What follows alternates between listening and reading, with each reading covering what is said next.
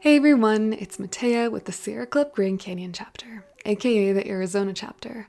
I am our Grand Canyon program manager, and I'm based out of the unceded homelands of over 13 tribal nations in Flagstaff, Arizona. And I'm so excited to welcome you to Land Defenders, a podcast dedicated to the voices, stories, and wisdom rooted in the lands of the greater Grand Canyon region. Here, on land sacred to many Indigenous peoples, each stone, river, mountain, and canyon wall holds stories of connection, reverence, and defense. In each episode, we challenge the forces threatening this living ecosystem and elevate the stories of those defending its future. From activists and elders to water protectors and land defenders, we're here to share the truth, confront injustice, and explore the deep-rooted connections that tie culture to conservation. Join us as we move beyond the rim and into the heart of the work to protect this region. If you didn't hear our updates from last time, thank you to some support from wonderful folks in our community. The audio is much better, so yay on that. All right, up next, you're about to listen to words written and spoken by Cora Maxx-Phillips, who has been a peaks defender for decades and is really a powerhouse in our community. And honestly, her words really speak for themselves. So off to Cora.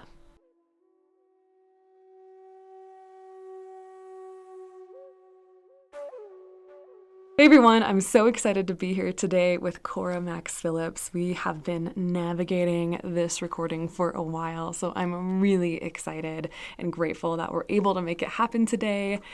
Cora's been involved in defending the peaks for her whole life, really, and has some really important and meaningful things to share that I look forward to sharing with y'all. So, Cora, if you could introduce yourself, and then we can move into things. Thank you, Mattea.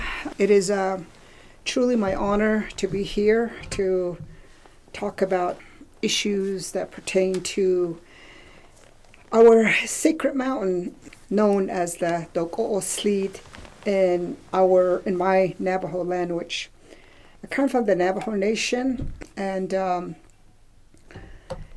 I've had the opportunity to stay with my grandmother during the summer months of my school, and I learned so much from her in terms of the special relationship that she had with Mother Earth and the cosmology.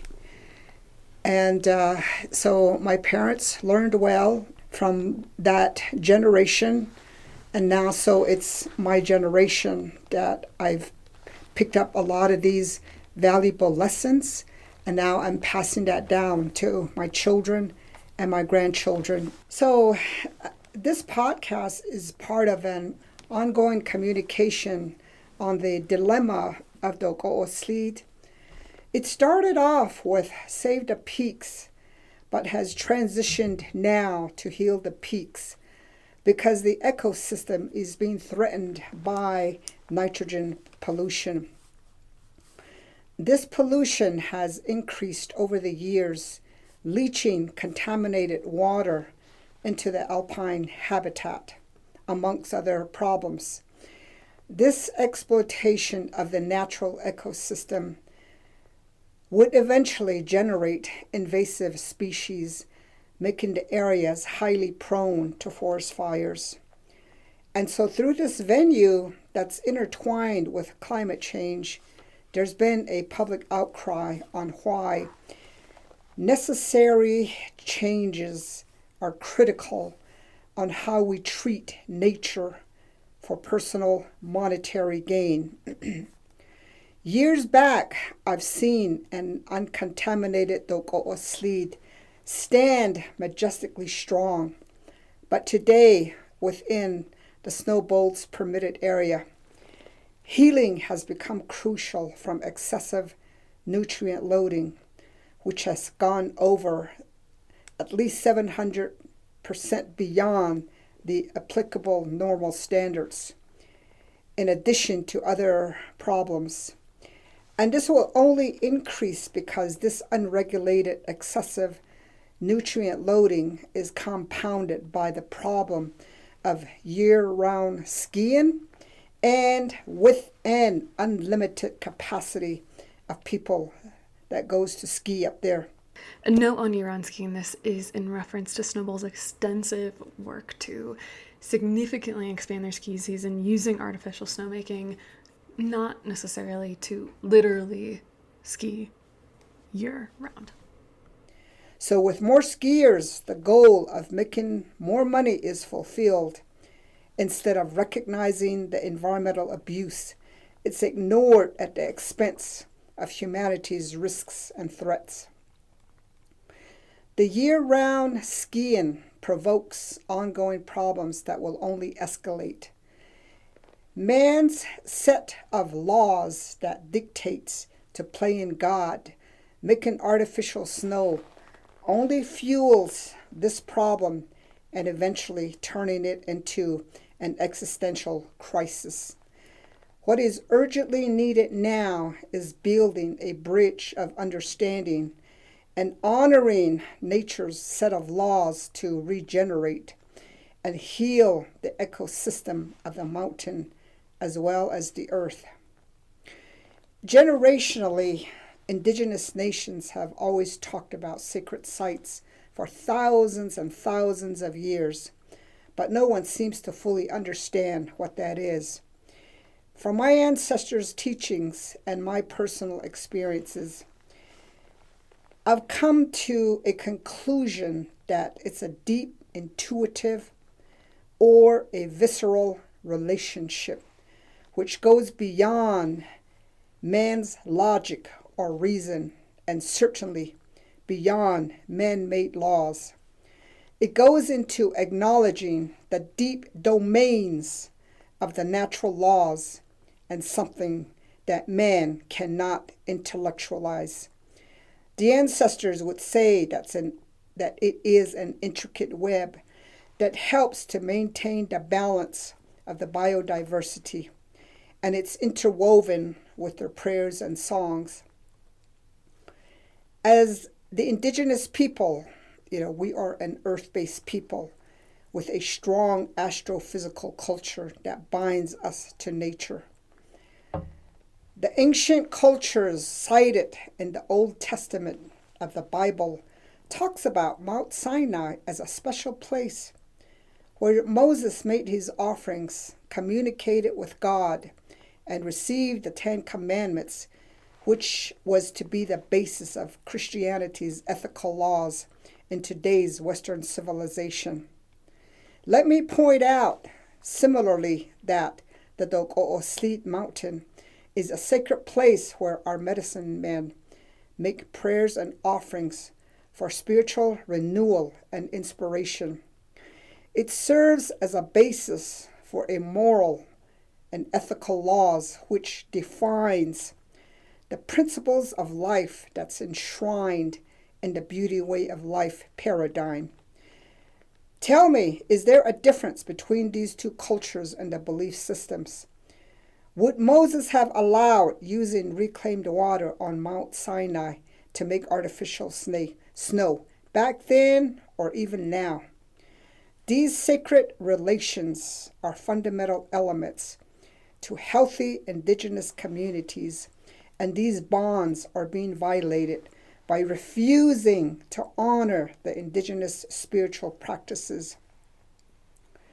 What is urgently needed now is shifting to a sophisticated, perennial worldview philosophy that's based on regeneration rather than dominance over nature to exploit, to deplete the plants, trees, and intensifying the ongoing degradation of nature.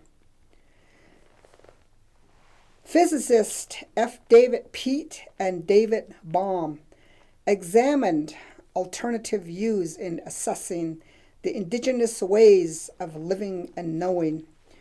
These assessments helped develop a philosophy based on quantum relationships of space, time, energy, and matter.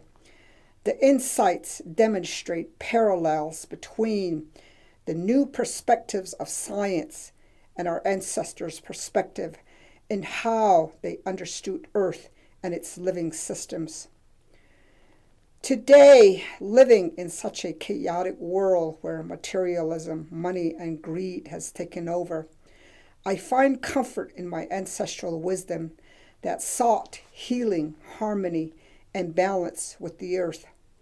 Given honor and respect was never negotiable, so I've made this a major part of my foundational intellect.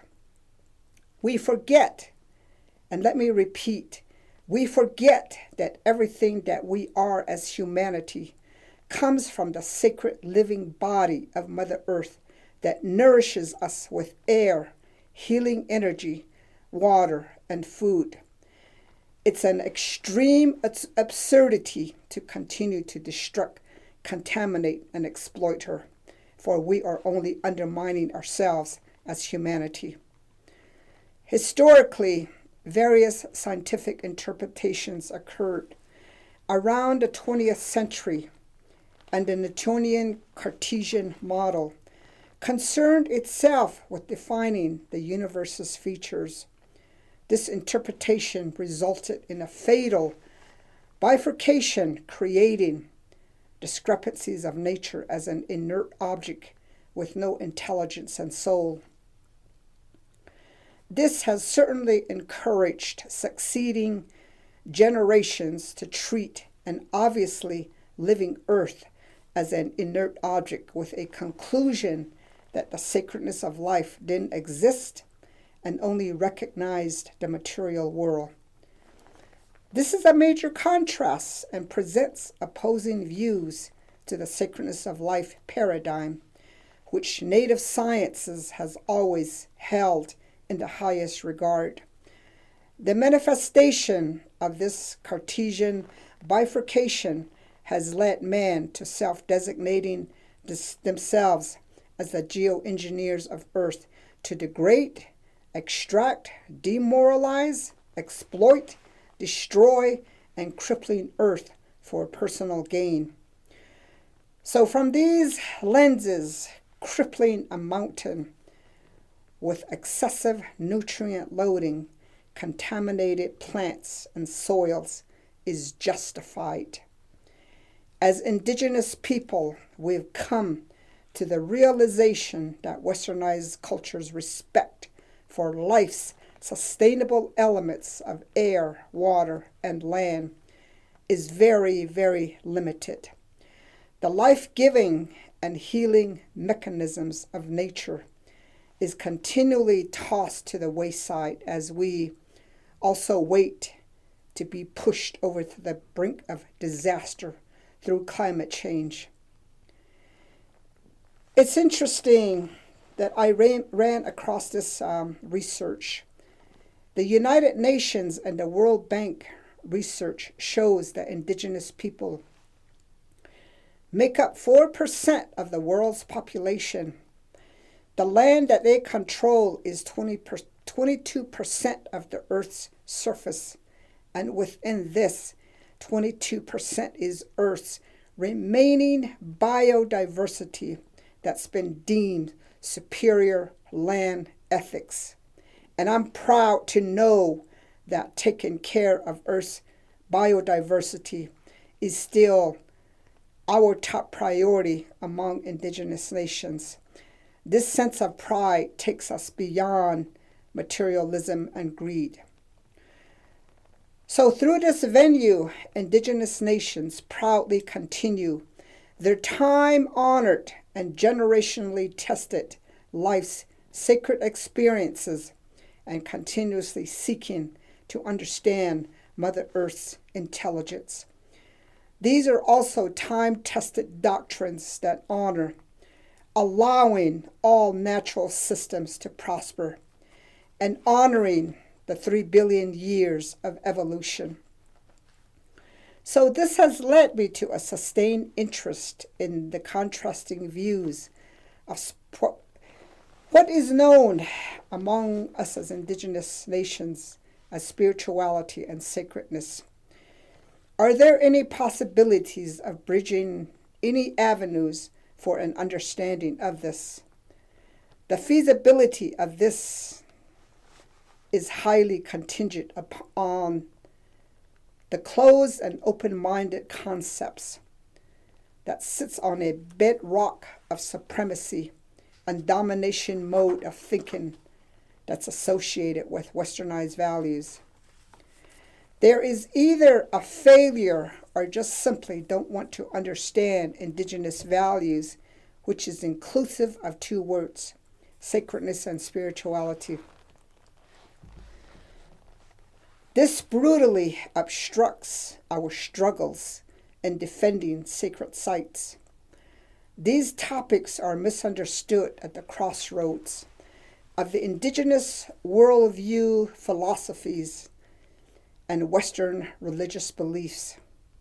Is there someone that's wrong here? Do we dare to judge another person because their belief systems are different? Well, we've been judged, we've been studied, and we've been researched, but we still remain the most misunderstood people. And this is largely due to a closed mind system and believing that a certain way is the only way. The conceptual views between indigenous and westernized minds vary greatly and has resulted in substantial barriers that pertains to sacred sites. Through indigenous lens, spirituality is viewed as a sacred connection between man and a higher power. This philosophy results in having respect for the cosmos as a beautiful creation and is a gift to humanity from the higher power. Sacredness is something held in high reverence and is inviolable, never, never to be dishonored or disrespected because it's the Great Spirit's creation and gift. To embrace the sacred is exemplified through actions of prayer, love, honor, respect, and caring. This dedication and commitment comes from a spiritually based relationship. This misunderstandings of these topics always results in fallacies and refusing to perceive the full equation. This creates a disconnect in reaching a cross-cultural understanding. With a supremacy and domination mode of thinking, this always ends in the undermining of indigenous philosophies. Many, many times indigenous people have had to absorb the defeat of their time-honored symbiotic relationship with the earth, and the loss of proper recognition is incalculable. So this question boils down to not only major cultural distinctions, but with the realization that anyone who wants to be good stewards to nature are disregarded in westernized societies. This differentiation of cultural values is leaving its footprints that leads only to climate change. Instead of weaving a blueprint for building frameworks for a more resilient world, an infrastructure of laws has been systematized to cater to corporations, and probabilities are high that legal precedence is given more to corporations over human rights and the rights of nature. The current standing questions prevailing from this has been, where is the corporate social and ethical responsibilities to the people and to nature? These are some of the reasons why the Goetz mountain is being compromised, so people can have recreational joy at the expense of maintaining a healthy ecosystem and indigenous cultural values. I've heard people say, I go skiing because I don't have an emotional attachment to this mountain. A brave environmental scientist and lawyer, Gus Spence, points out, I used to think that environmental problems were due to an ecosystem collapse or from biodiversity loss. I thought that with 30 years of good science, we could address those problems. I was wrong. The top environmental problems are selfishness, greed, and apathy. And to deal with this, we need a spiritual and cultural awakening and transformation. And we as scientists don't know how to do that. So refusing to acknowledge sacred sites has been upheld by the westernized world.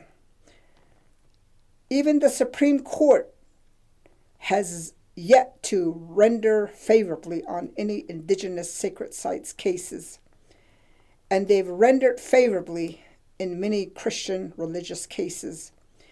As indigenous people, we've become painfully aware that the freedom of religion doesn't apply to us due to vast cultural differences. And the facts conclude that our human rights are being violated because of vast cultural differences. And I want to point out that native sciences has been around for thousands of years. That's encoded into songs, prayers, and ceremonies. And I'm proud that this intelligence is still present in many family systems. But through ethnic cleansing, historically, the pain of losing it is still there also. Dr. Edgar Kahiti's research on native sciences reflects on a life-sustaining cosmology, an eco-cosmology that gives rise to a strong eco-philosophy. He further states that it's about living a life of reciprocity in the context of a symbolic culture with the natural world as strong, vital participants, as indigenous nations. Lastly, I want to point out that I am unapologetically indigenous, and I approach the world with two different lenses from the ancestral wisdom and a westernized academic perspectives. My ancestors have taught me their perennial worldview philosophies, practicing good stewardship, and maintaining a reverential relationship with the earth. They've used conservation, preservation, and protective mechanisms to preserve for the next 7 generations, which is all a part of the native sciences intelligence and acumen. I've also attended all 3 state universities here in Arizona, and I value the westernized education that I've received.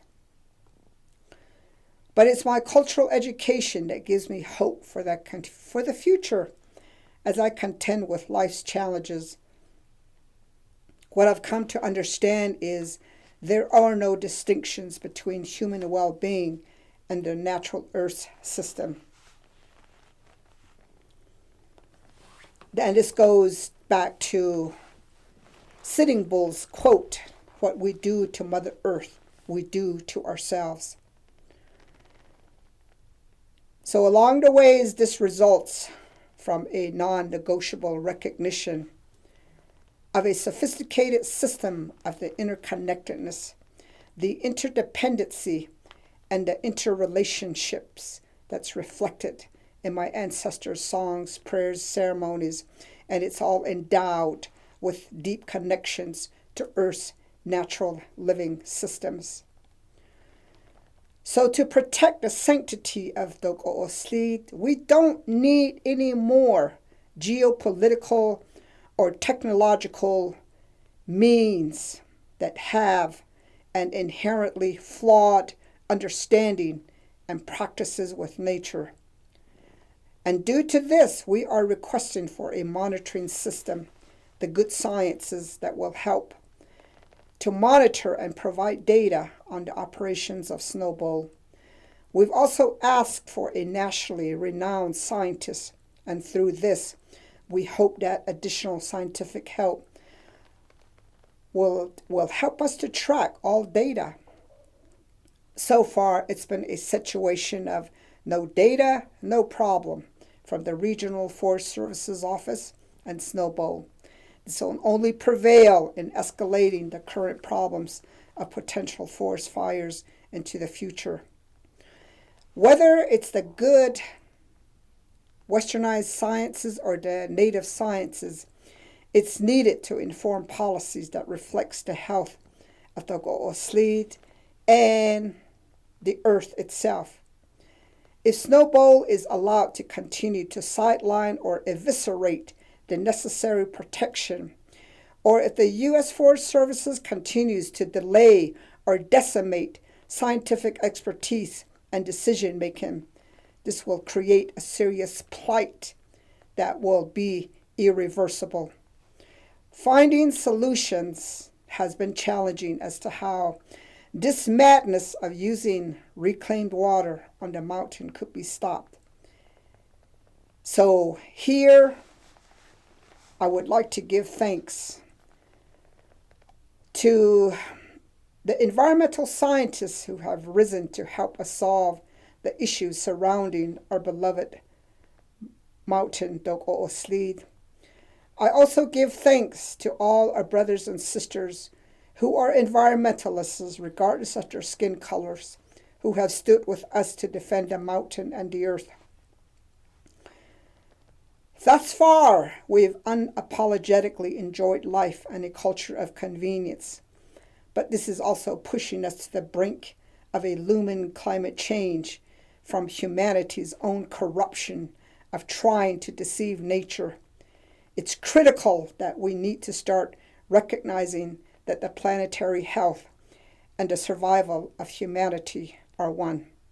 I thank you for this time, and it has been my honor to share my concern, my wishes, and my aspirations for the future generations. Thank you.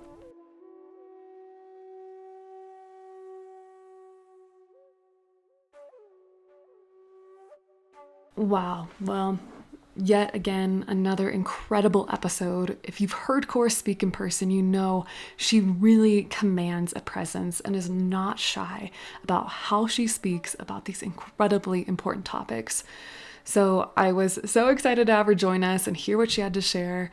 And as she was talking, I was taking notes on all the thoughts going on in my head, which are way too many to share, but I'll leave you with a few things for today. We live in a society that prioritizes personal rights and individual joy over the well-being of the whole. And while joy is absolutely vital, do not misinterpret me on this, I have to ask, when the joy you get from the land you say you love comes at the expense of the land, at the expense of the water, at the expense of Indigenous communities, is it really joy? And is it really love?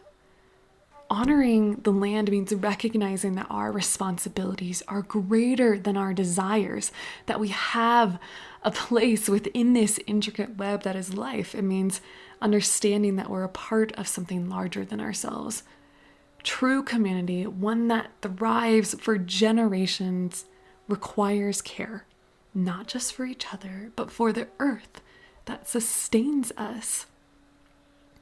When we talk about this web of life, this larger than us concept, I think a lot about natural law, this delicate, intricate web of life that maintains the balance. You can step outside of the web legally, but doing so disrupts that balance. And there are consequences to those actions. That's why it's called natural law. Even though it's not legally written anywhere, there are consequences in the same way that there are to legal law. And Snowbowl knows this. They've known for decades that without artificial snow, they would not survive. And so they've forced a reality that doesn't exist, aka stretching a ski season across half the year in a place where now snow doesn't fall that often. But no one manipulates nature without consequence. The more we try to quote unquote play God, as the saying goes, the more severe the fallout, and we're starting to see those consequences. And I feel like this all really ties back to a recurring theme that we've seen in our podcasts, as reflected by general society, that our infrastructure and laws are built to serve corporations over people, communities, and the land itself. A system where these businesses are not held accountable to the very world that sustains them. And yet, the natural world is everything. It's water, it's air, it's life. And some people argue that Snowbowl supports the community by bringing in tourism money. But as we've discussed with Sean in our first 2 episodes, the evidence for that claim is actually very thin, and some studies even suggest otherwise. However, regardless of the actual answer, I think the deeper question that we need to ask is this the kind of economy we want to depend on? When Flagstaff gets the opportunity to renegotiate the water use contract in less than a decade, will we even have enough water to continue this agreement? Do we want to keep leaning on an unsustainable business model, one that isn't just fragile, but is actively harming the community? A future built on the illusion of prosperity while the land itself is dying? If you asked me, my answer would be no. And to leave us with, I want to remind everyone that we can find joy and connection to the land in so many different places and different things that are unrelated to Snowbowl, like cross-country skiing, backcountry skiing, snowshoeing, hiking, etc.